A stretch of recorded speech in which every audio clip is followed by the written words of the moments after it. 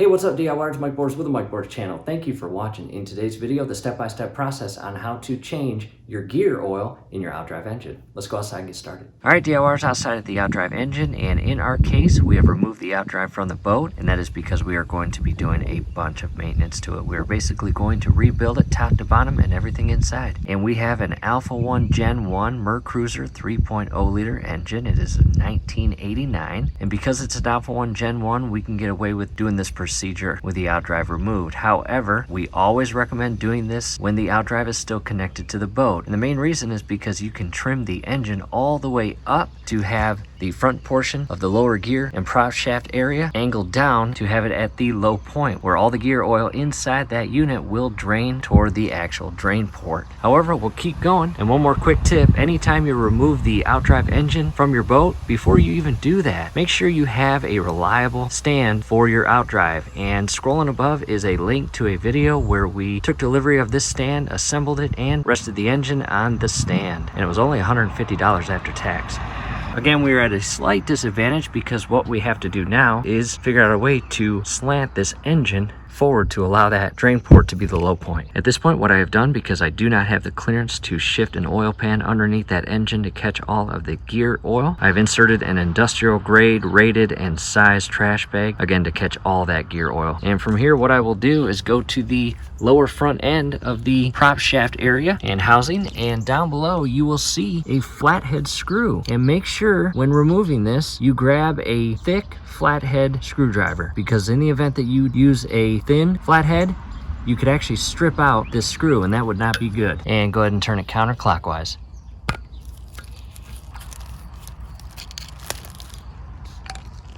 And I wasn't sure how much gear oil was going to be in here because when we stored this for the winter, there was no leaks. However, when we came back to pull the boat out, there was a big oil stain underneath the engine. I'll show you a picture right now. Back to the outdrive, and as that lower portion drains, come up to the top and you have an oil vent screw or port. Go ahead and loosen that up and remove it all the way. And again, the thick flathead screwdriver will alleviate stripping the screw and apply quite a bit of forward pressure to sink that flathead screwdriver inside that screw. And this may leak just a little bit. It's unlikely because we are draining it from below. In our case, no leaks. And we remove that upper screw to allow airflow in, which ultimately allows this lower unit to drain much faster. And make sure you do not mix up these screws. I'll set that there, that's the top. I will retrieve the lower screw, clean it off, and set it in a safe location. I went ahead and grabbed that lower screw and cleaned it off. And I want to show you the differences between the lower screw and the upper screw. The upper screw is shorter and not much to it. The lower screw is slightly longer and it has a magnetic probe or tip on it to catch any and all metal shavings that may be created inside your engine. And there is quite a bit on there, but that's why we removed the engine from the boat, and that is why we are replacing all the internal parts, gears, seals, etc. So I'll set that aside. Again, there's the difference between the two. Making progress, nothing too fancy, just a couple pieces of wood, prop that back end up to push the oil more toward that front port. And I am very pleased with the condition of the gear oil. However, you do see a little bit of milky tone to it.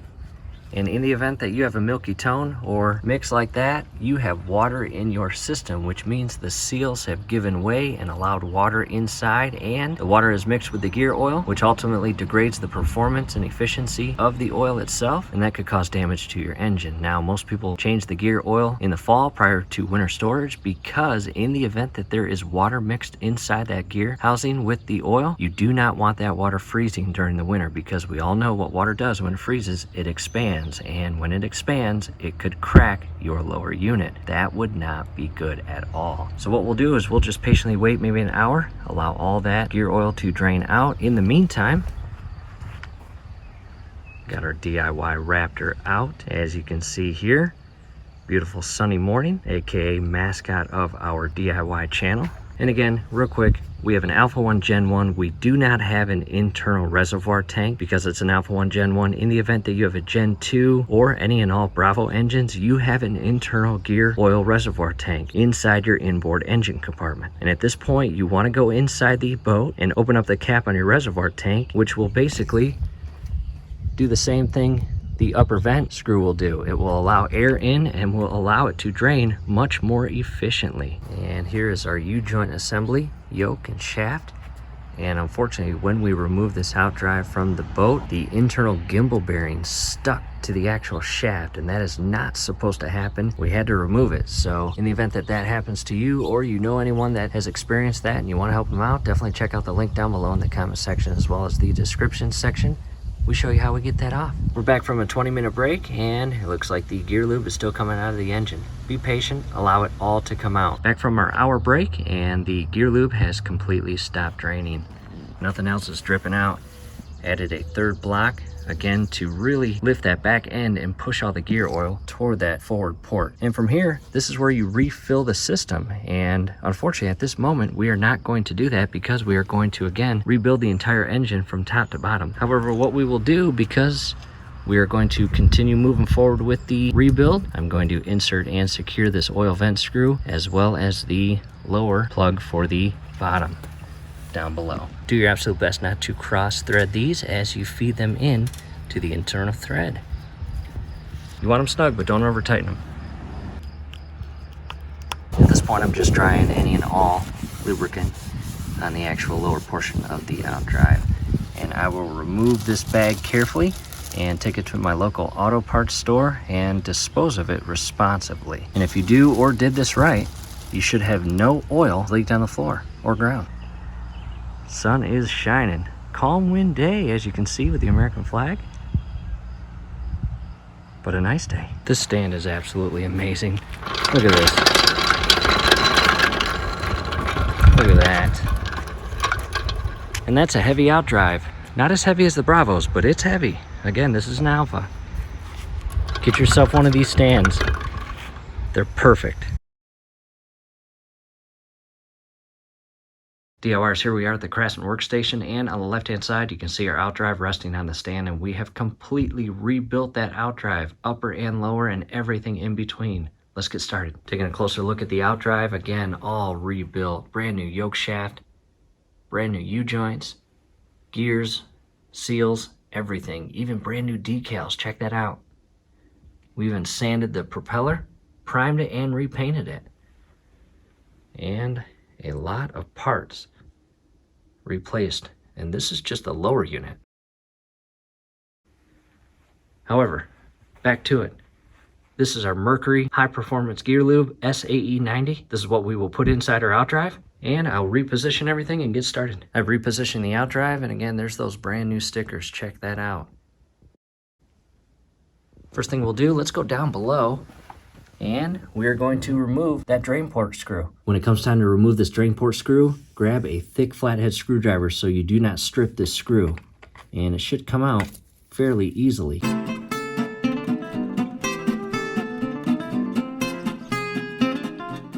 We'll set that aside. Coming back to the workbench, and we already have our kit screwed into a quart of gear lube. And down below in the comment section, as well as description section, is a link on where to purchase this awesome kit. And all it does is it screws into the top portion of your quart, and the opposite end screws into that drain port thread that we just removed that drain port screw from. And from there, you begin the pumping. Back to the outdrive, I've got the quart of gear lube as well as the pumping kit, and I'm going to remove this cap, and some gear lube might come out. I've got a paper towel, and I'm going to carefully align the thread and screw it tight in the drain port screw thread. And this thread here is plastic. Do not cross thread that. You do not want to strip this. There it is. Set the cap aside. I'm going to clean the thread just a bit. And again, be very careful as you align these. And real quick, on either side of this connection point are two tabs. And you can basically turn this fitting as you apply pressure to the tube and not allow the tube to bend. Again, be patient, be precise. Do not cross thread this. It should go in extremely easily. Notice how I'm doing that. Again, I've got this top portion of the tube that is just below the bottom portion of the fitting, pinched and in place, and not allowing it to bend as I turn the fitting with my left hand.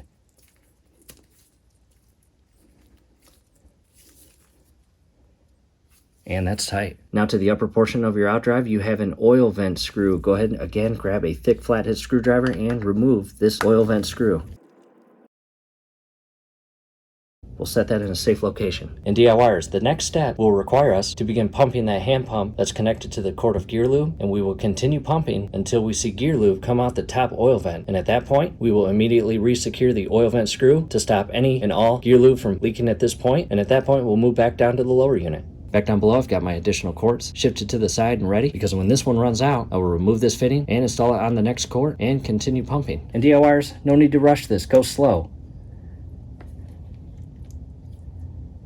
And at this point you see no more gaps inside the tube, and that gear is now going inside your lower unit. And as you pump, the lower unit will fill up, and at that point it will go through the oil feed line, which allows gear lube to feed from the lower unit upstream to the upper unit, where it will then lubricate the upper unit gears. And again, as we pump, go slow, be patient, and properly fill your outdrive with the gear lube.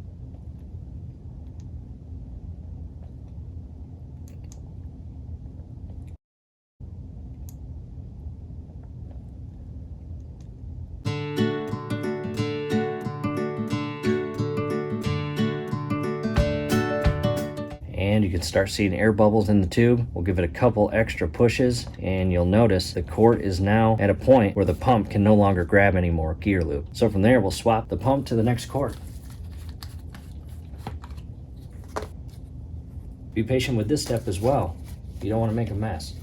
And you'll get to see what the pump looks like as it comes out of the quart we just used and into the new quart.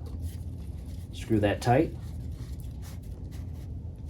Set the old quart aside and continue pumping. There we go. You'll notice any and all air bubbles are no longer in the tube, and we are off and running.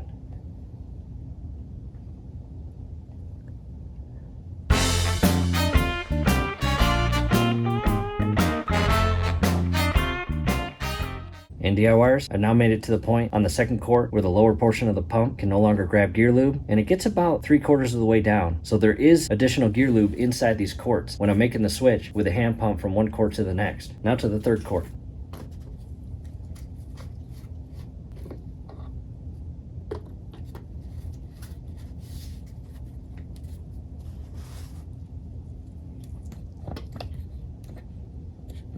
And there we go. And again, we'll continue pumping until we see gear lube come out the top oil vent. And again, at that point, we will immediately secure that oil vent screw to the outdrive. Back to a view of the upper unit where the oil vent screw comes out of. Before we pump the gear lube up to the level where it comes out the oil vent, we are going to grab a little pick tool and remove the old rubber seal, as you see here.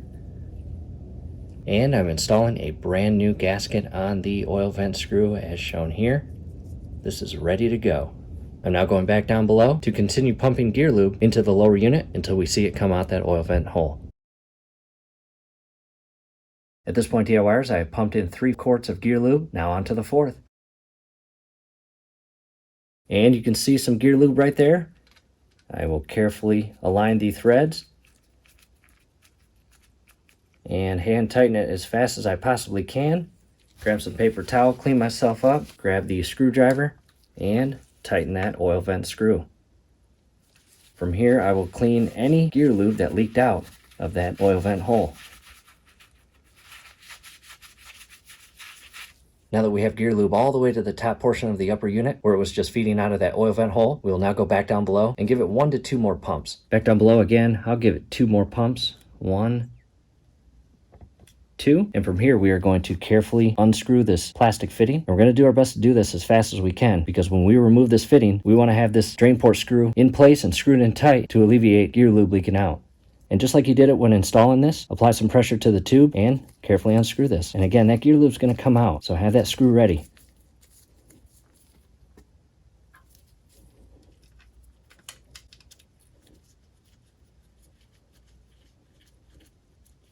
Have some paper towels ready too.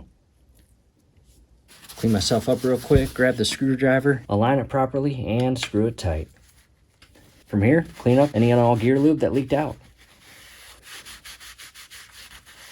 Next to your plastic fitting, go ahead and cap that off so that does not leak. And I will clean that off as well.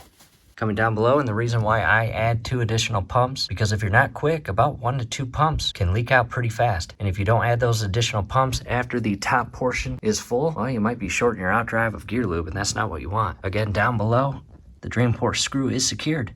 DLRs, I set the camera back because I want the entire outdrive at this point to be visible. And again, now that it is completely filled with gear lube and both the oil vent screw in the upper unit and the drain port screw in the lower unit are resecured, cleaned, and not leaking, I'm now going to move all the inner gears. And by doing that, I'm grabbing the yoke shaft and U-joint area, and I'm going to rotate the shafts and get that gear lube moving inside the engine, both lower and upper unit, and really coat and lubricate all those gears. I'll go to neutral. As you can see, I'm moving the yoke shaft and U-joints, and the propeller is not spinning. And now to the opposite gear. Check that out. Again, all I'm doing is rotating this to move that gear lube inside both the upper and lower unit, because again, you've got gears way up top here as well as down below. And I'll do this for about a minute. Back to neutral. And back to forward. What you want to do now is check the entire outdrive, not just the oil vent screw or the drain port, but the propeller as well as up top of the upper unit. Check to see if you can see any signs of leaks of gear lube. And if you do, unfortunately, that's not good. You want to address that immediately. But if you do everything we just did and you find no leaks, that's a good day. And to a closer look of the inner portion of the propeller, again, if you see any signs of gear lube leaks, that must be addressed immediately. And back to the drain port screw, that looks good. Coming up top to the oil vent, no leaks. Coming to the front side where the U-joints are, and inside there is a gear lube oil seal, and if that's leaking, that would not be good. I've now repositioned the outdrive back in the corner, and basically over the next few days, I'm just going to check for leaks. Again, any leaks that must be addressed. And DIYers, that is it. Hopefully this helps. Hey, do us a favor below the video. You will see that thumbs up icon. Click on that, like the video, subscribe to the channel. Definitely ring your YouTube bell. That would be very helpful to us. We'd really appreciate it. And with our specific Alpha 1 Gen 1, we used 3 cords. And one more thing, scrolling above right now is a link on how to install a swivel vise on a workbench. That thing has definitely come in handy during our projects.